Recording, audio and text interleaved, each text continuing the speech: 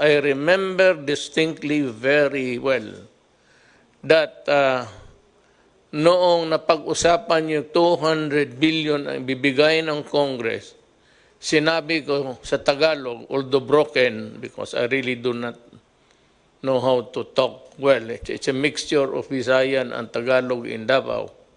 Sinabi ko, wag na wag ninyong do not fuck up with this pera, because it's really a blood money now needed to keep the nation alive. So wala akong I would listen to Secretary Duque, but I gave him the instruction, and I admit it in public now, sabi ko sa kanya, do everything you can. Sabi niya, there's so many proposals, so I do not care. If it's not cheap, if it is expensive, just go ahead and do something about it. Kasi ipit na tayo dito. And those were the early days. I remember yung ipit ako, I was boxed in a corner. Sabi ko sa, even the task force, please do something about it. And the task force is a task force. It's composed of many talents there. Kung ang utos nanggaling sa akin, correct, tama yan. Ako ang nag-utos sa akin, sa sarili ko, na sabihin kay Duque na gawain mo. Ngayon, do not tarry, because sabi ko, there's no more room in the hospitals. And alam mo, sa totoo lang, a pandemic is pandemic. It occurs maybe every, I don't know. But noong panahon ng, well, that was the Spanish flu just before the First World War. Yung talagang maraming milyon ang namatay. But with the advances of science, it's because we were able to come up with the vaccine. The germs are still here, but they can no longer inflict damage on the next generation kasi nabakunahan na lahat. But to say na nawala, you do not kill bacteria and viruses. They linger on for as long as mankind is in this planet. Hindi talaga nawawala yan. Sabihin mo yung diphtheria, well, hindi yan. A vaccine cannot kill. It's the body that provides the defense against those microbes. Kaya ito ngayon, wala pang bakuna. So gusto ko lang malaman ng sambayan ng Pilipino na I take full responsibility ng utos ko na magdalian mo. Wala akong pakialam kung saan ka magkuha, magnakaw ka. And I remember saying it, I do not care whether you go and steal, borrow, or kill a person to get what needs to be done. President, probably we would want to start with some explanation to be given by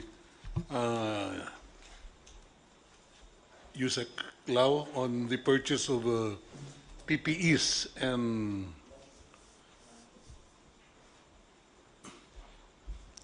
some medical equipment. We have a mannequin there. That is the complete set of the personal protective equipment for a medical personnel to wear. Wala. Who's inside there? A woman? No, mannequin po. Bakit may mannequin ako dito? Kulang lang po siya ng ano tawag doon? It lacks the face shield. It's 9-piece item So we start with the most expensive part is the coverall. Yung parang may takip sa ulo. Okay. This is the coverall. It has a blue strip, which is very, this is one of the marks of a very expensive coverall, protection gear. This is what we call as Ebola level. Ang Ebola level, it can actually stop even air transmissible viruses. Ano siya? It's lightweight and it's non-woven, may heat seal, even the sewn portion is covered to make sure that pag nagkaroon tayo ng spill, air or liquid, hindi papasok sa balat or sa clothing ng mga doctors. So when you go international, lahat sila itong sinusuot. There's only one country who's not wearing this, it's Korea. Korea has the same item but no heat seal. That's why even yung Korea companies that's trying to provide supply sa Philippines, we cannot accept their item because it's not heat sealed. Now, the difference between heat sealed and not, it's almost 200 to 300 pesos. So, mahal kasi, we have a price from DTI. There's one company known as Conweb. They are producing PPEs locally that will start on June this year. So, we will be buying it at 850 kasi local. But the materials will still be imported from China. But this one, pag imported to, at least 1,100. That's the statement of Senator Lacson, yung 1,097. This is one. Kasi this is actually 1,100. So when you say, they say PPE sa DOH, that's just the coverall. Now we have locally made items like this. Yung mga local kasi hindi siya medical grade. Tela ang gamit, fabric. So pag fabric, may tendency yun na papasok yung tubig. So hindi siya protective. It makes you feel secure, but it's not actually medically safe for you to wear. So let me interrupt you. Yes, sir. So do not buy that kind of overall suit. It is a plastic one that would place the health workers, even if there is just an iota of chance na buhay yan. Tama yan. Yun ang binili mo? Yes po, this high grade po. Yes. Tama yan. Walang problema. There is a standard set by DOH and FDA. Ano po to? International standards, and we're following that. We don't go below kasi nga the company can be sued, we can be sued. I agree with you. Then the next po, we have the goggles. Yung goggles natin, there are many types of goggles. That goggles po, meron siyang butas but not direct. Pag direct kasi, pag may fluid, papasok siya. So may ventilation but it's called the ventilation na indirect kasi may valve. So air can come in to make sure you will not perspire. The goggles is anti-fog para hindi siya mag-fog. And at the same time, may ventilation so that there will be no moisture. So pag wala siyang ganun, ang tendency you sweat, magpuputi-puti. The next one is we have two types of mask pinapasuot natin sa kanila. Both. We have the N95 or the KN95 and we have the surgical mask. Where is the other one? Nandun po. The other is a surgical. The blue one is the surgical, the white one is the KN95. Okay. It's the standard set by DOH, double mask po dapat ang suotin. And after that, we have the lab gown. The lab gown is isolation level. So the coverall is protective level, even air and water, hindi makapasok. The lab gown is isolation level. It means pag nilagyan mo siya ng tubig, hindi papasok. Pag nilagyan mo ng pressure, saka tatagos yung tubig. So there are a lot of cheaper lab gowns, but they cannot pass kasi po pag nilagyan mo ng tubig, tatagos lang. So it makes you feel safe, but medically, if you're not aware, you are risking your life if you do that. Okay, let me again, pardon. Sinong nagbigay ng specification? DOH and FDA po. Okay. So it's more expensive. Yes po, because it has to meet the standards. Ito po lahat naka-standardized. Even the gloves, sir, is It's powder-free, textured, and either latex or nitrile. Hindi pwede yung PVC or other types kasi masyadong manipis and hindi medical grade.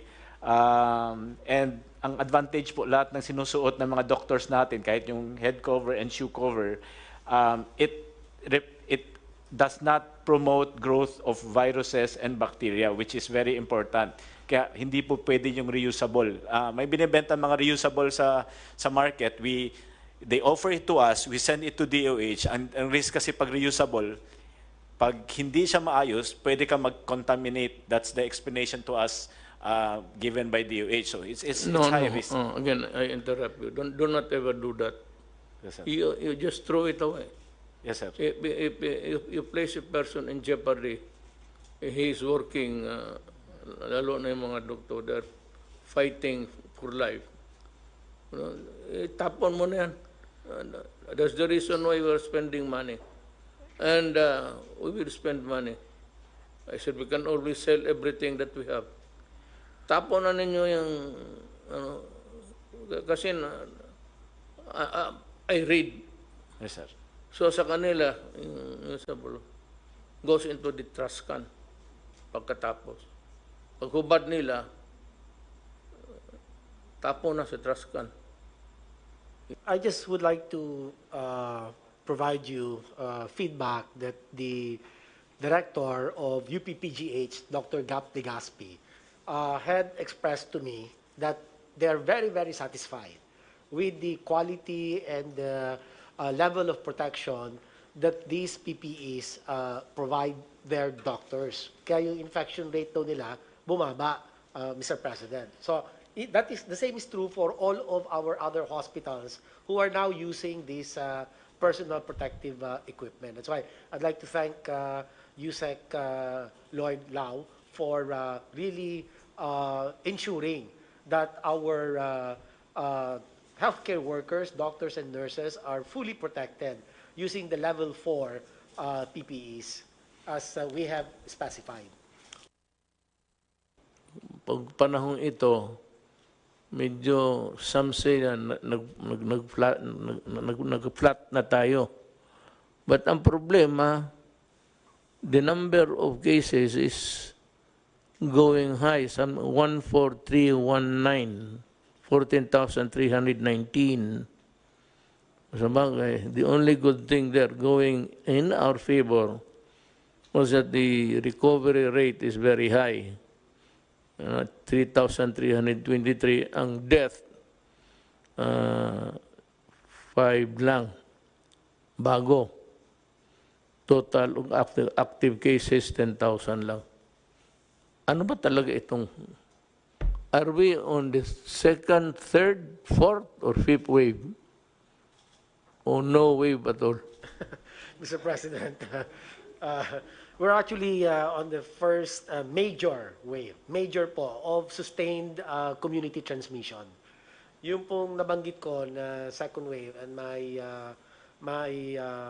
assumption, my statement was based on the article that was published by Dr. John Wong of the Epimetrics. Dr. John Wong sits as one of the expert advisors of the Interagency Task Force on Emerging Infectious Disease. And to him, as an epidemiologist, a top epidemiologist, he considers that the 3 first cases in the Philippines, although imported, would represent a minor wave. Maliit na wave lang ho siya, sir. Tapos nagkaroon po tayo ng lull of about a month, the whole of February, and then March, nagkaroon tayo ng mga umpisang reported cases. Alam mo, huwag ka masyadong ano dito, touchy sa issues because always there will be pro and cons. Pakinggan na lang natin because this is a democracy. Kaya lang, but democracy, there is the favor of attacks. Issues plus attacking the guy personally. So, alam ko ikaw, you are hard-pressed.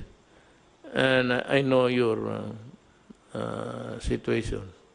You just tell us if that is the one that's in your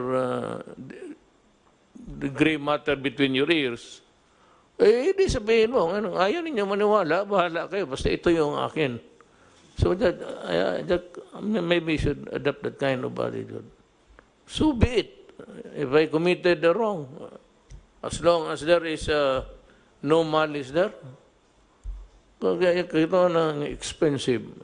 Hearing out now ni Atty. Lau, tama siya. And I would even caution, I said, do not recycle. Because recycle, you have to, yan ang ayaw ko. In recycling, you have to worry whether or not it will cause a new infection. And worse, it would affect the user. Ang user niyan, ang mga doktor. O ang akin lang dito is, I'm looking for, what I'm interested to know is that, is there graft and corruption there? Was dirty money change hands? Kaya talagang, pagkaya na, wala na tayong pinag-usapan, talagang maghiwalay-hiwalay tayo.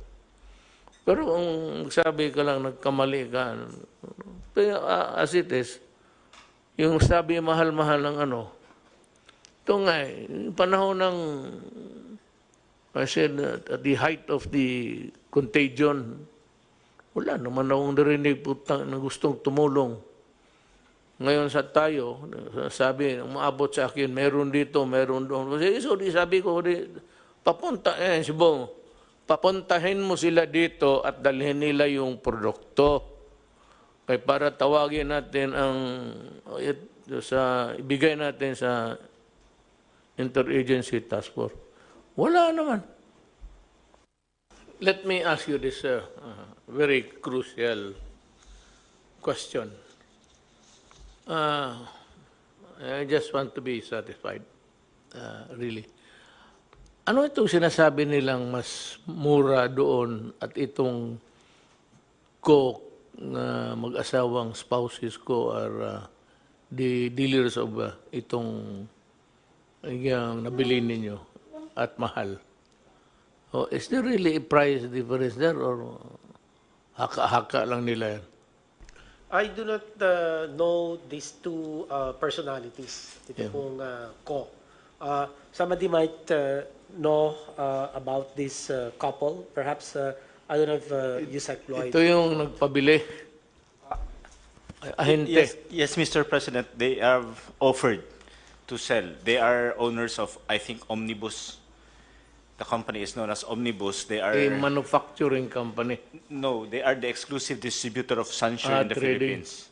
The first document that we have was a letter from them sent to the Secretary of DBM, Medal Avisado, that was sent to PSDBM. Their offer of the mechanical automated extraction machine is at 4 million pesos. We also have an email from them offering the said item at 4,350,000, which Senator Lacson is claiming that if you buy it direct from Sansure, it's only at 1,750,000. As per record, Omnibus Biomedical Systems Incorporated offered it at 4,325,000, and Guidance Management Corporation sold it at 5,274,423.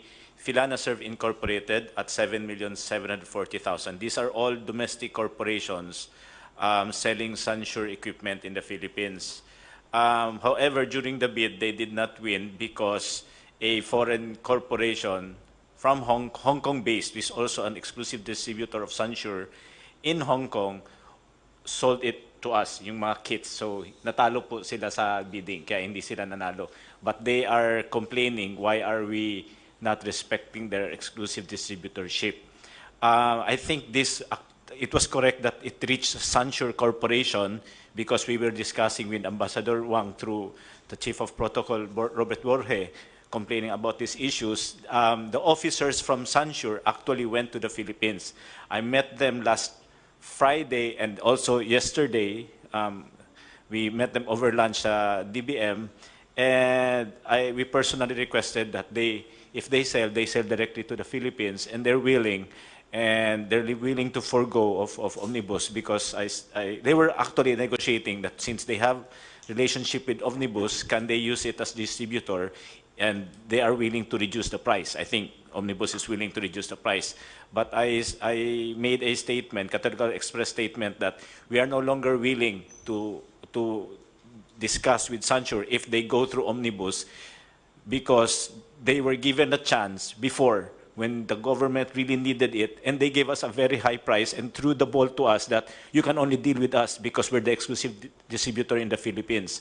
So if we allow them to distribute now at a lower price, we're giving them a reward for what they have done before. Now that we can go direct to Sansure, we suggest that we bypass them, because we can get it cheaper. Second, they should pay for what they have done before. Kasi nagipit tayo, hindi tayo makalipad.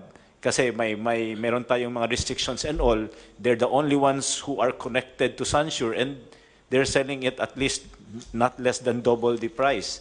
And you cannot get it unless you pass through them. I think the same problem with the private sector. Okay. Anybody else? Anybody would like to? Yes, Secretary Roque. Yes, sir. Ang punto ko lang po, meron tayong existing law against profiteering, defined as taking advantage of a national emergency, and there's also provision in the Bayanihan Act. And I think from what we heard from at least Project ARC, no, this is very serious kasi nga the only source that we can get these PCR machineries and kit is from Sansure now, and there was really almost an attempt to blackmail us into buying something very expensive. No? And that's why I thought baka meron talagang basis para imbestigahan po itong kokopol ng NBI, no, for profiteering and hoarding under the special law on anti-profiteering and under the Bayanihan Act. Thank you po. O sige, we will act accordingly in the course of maybe we'll be able to give a statement to the public latest about 3 days. Nakatambak yung papel ko sa opisina so that everything will be presented to the public in black and white with the corresponding explanations. And NBI should study the matter very, very carefully. Kasi alam mo,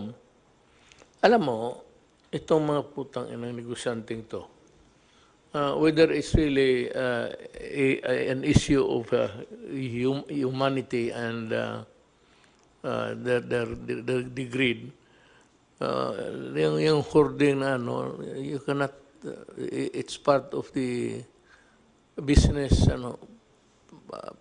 practices which you may call not even obnoxious. It's repulsive to the human mind when you start to think about it. But let's look at it on what it is legally. Sans the maybe yung mga suspicion whether it is like that. After all, it's not easy to charge a person. I still believe in the, if the NBI has the probable cause, then go ahead. But I still believe in the what accruing to government people working, the presumption of regularity in the performance of their duties. Dito na naman tayo sa There's a more serious problem coming up is the issue of the OFWs coming in. Sa pagka ngayon, meron tayong 24,000 stranded in Manila. And they are stranded in the sense that they are not allowed or they cannot go home because the local governments are not accepting them. So, merong mga pronouncement na ang policy na they will not accept returning OFWs. Ang masama nito, kasi pag ganun ang behavior natin, Secretary Bello says that there are about 302 coming in a short while, and 62,000, 302 and 62,000 are expected to arrive as soon as our airports are open. In the, not really confusion, but in the desire to protect their respective territories, ganon man. And I can say that if that is the way they would handle it, like somebody who's really a chieftain of a city or province during a pandemic time, okay yan. Pero alam mo, hindi naman lahat talaga nagkasakit.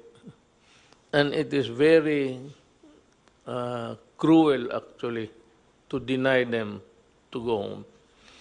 Nandito yan sila sa hotel because they are not, or they cannot go home. First, because of lack of money and resources.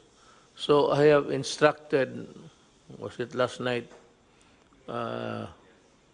through Secretary Roque, that I am ordering the use of all government assets, whether it's really the air or the sea or the transportation owned by government, that they should be utilized in accepting and probably delivering them to their, if possible, delivering them to their homes, to their families.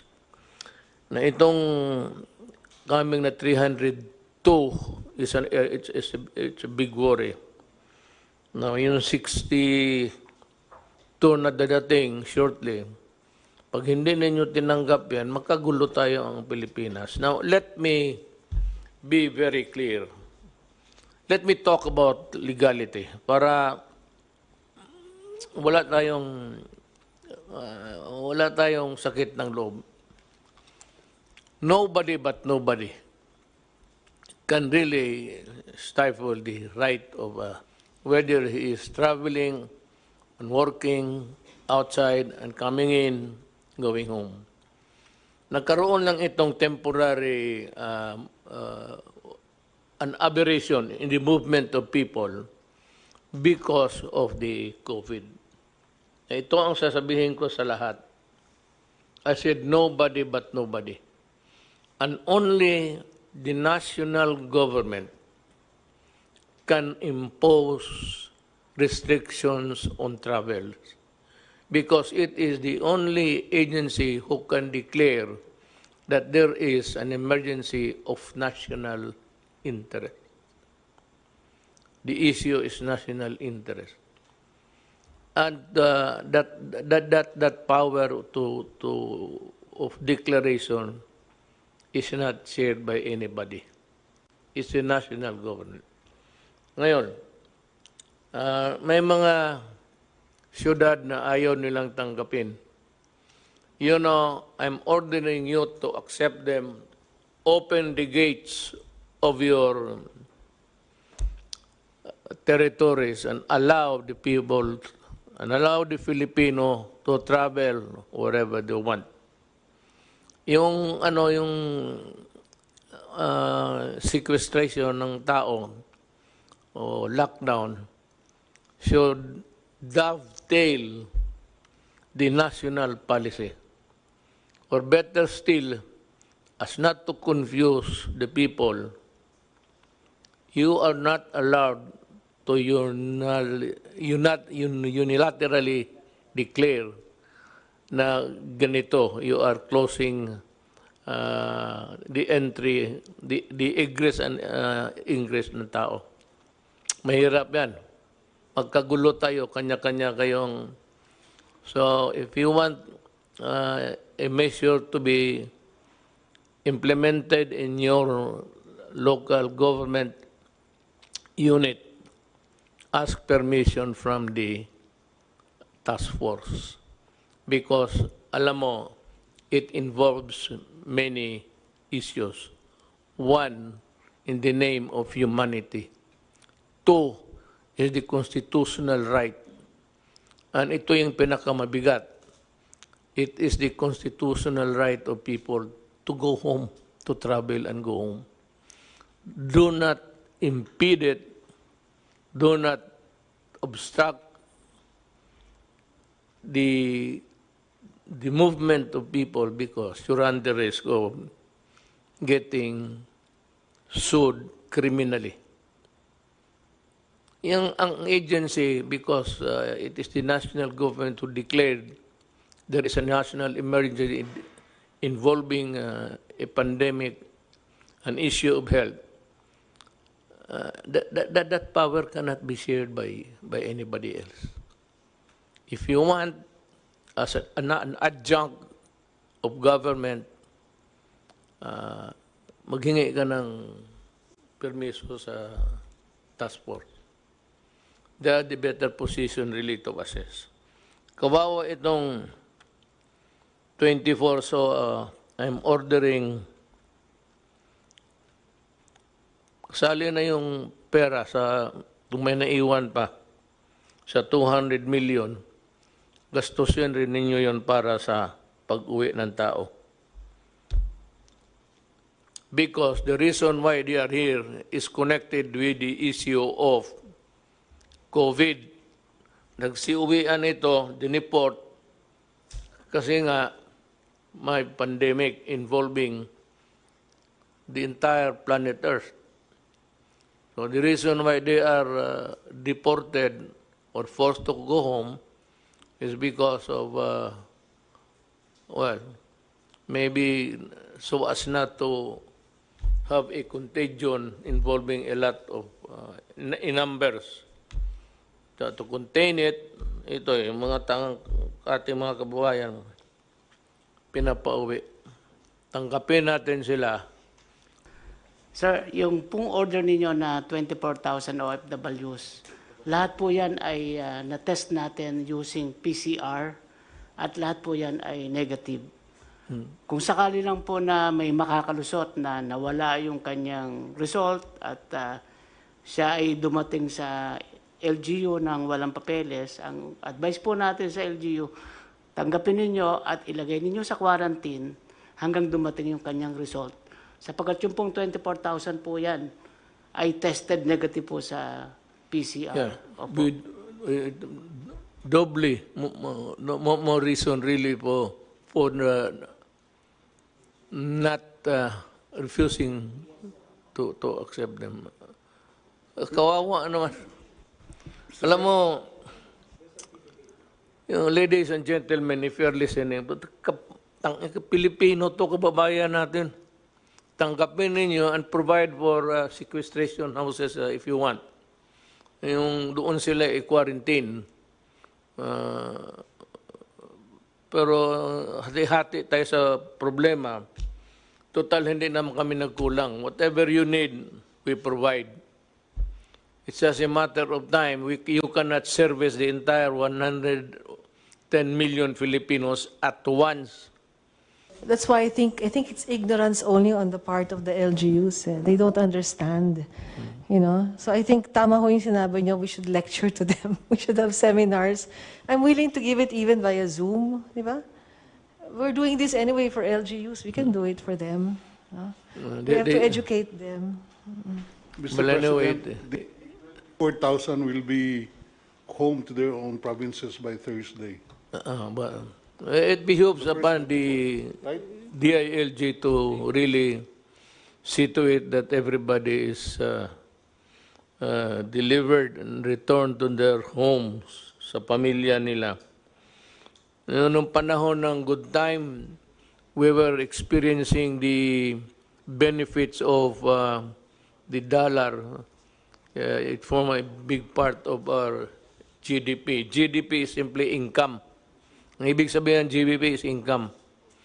Nung income na sa bansa natin, malaki because nandito ito mga OFW. Tapos ngayon, hindi natin tanggapin. Oh, what's the fuck? That's final.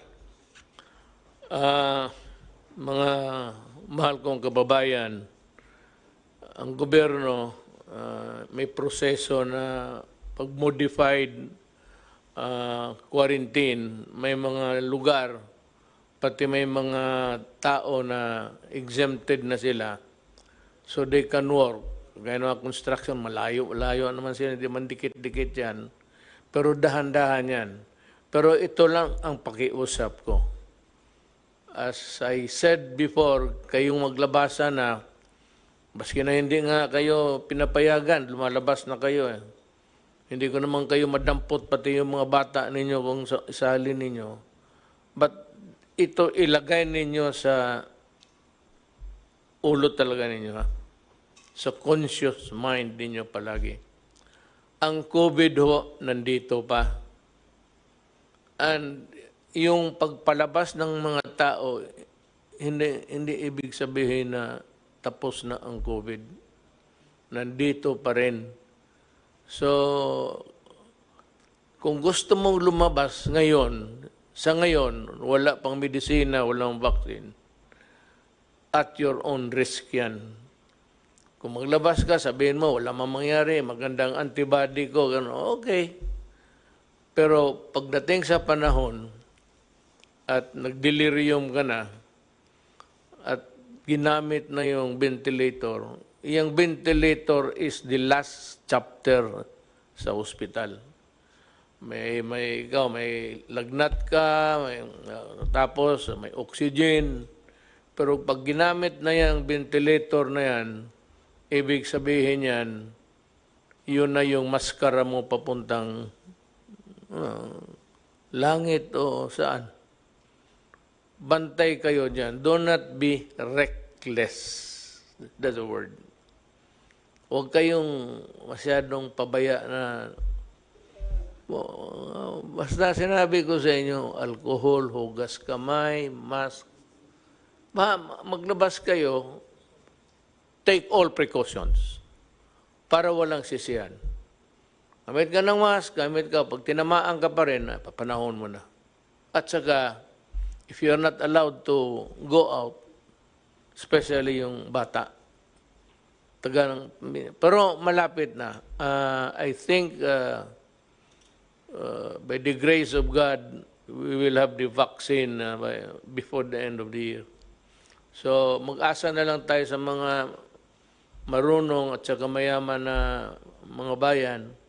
They are feverishly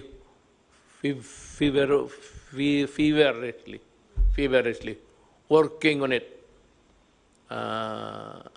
Pag nandyan na yan, ako na ang magsabi labas na. Pag hindi ka lumabas, hilain kita sa labas, dito ka.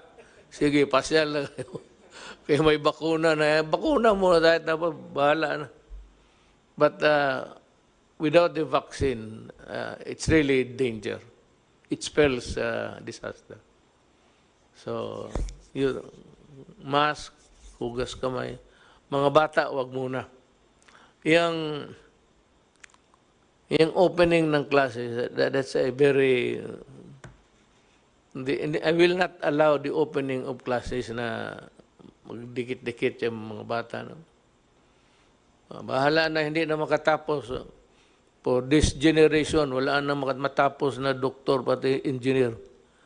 Wala. Kasi hindi na wala ng aral. Laro na lang. Unless I am sure that they are really safe. It's useless to be talking about opening of classes. That's probably bad. Para sa akin, bakuna muna. Pag nandiyan ang bakuna, okay na. So, remember that. pati yung mga mayors, governors, kindly remember that they are Filipinos and that there's only one body, the government through the task force, who can make pronouncements about lockdowns, about quarantine or sequestration of whatever. Mahirap yan. Isa lang ang gobyerno. The national government makes the pronouncement. You just follow. And itong sabi nga ni General Anyo, ito, tinamaan rin ito ng COVID si General. Sabi niya, in 24, on his oath of being a public officer, when you talk about official matters in an official discussion, your word is always under oath. So, sabi ni John Anyo, safe yan. Pag magkamali, may reinfection, then we will act accordingly. But anyway, he's the one who would i-husband niya yung whole setup. Maraming salamat sa inyong lahat.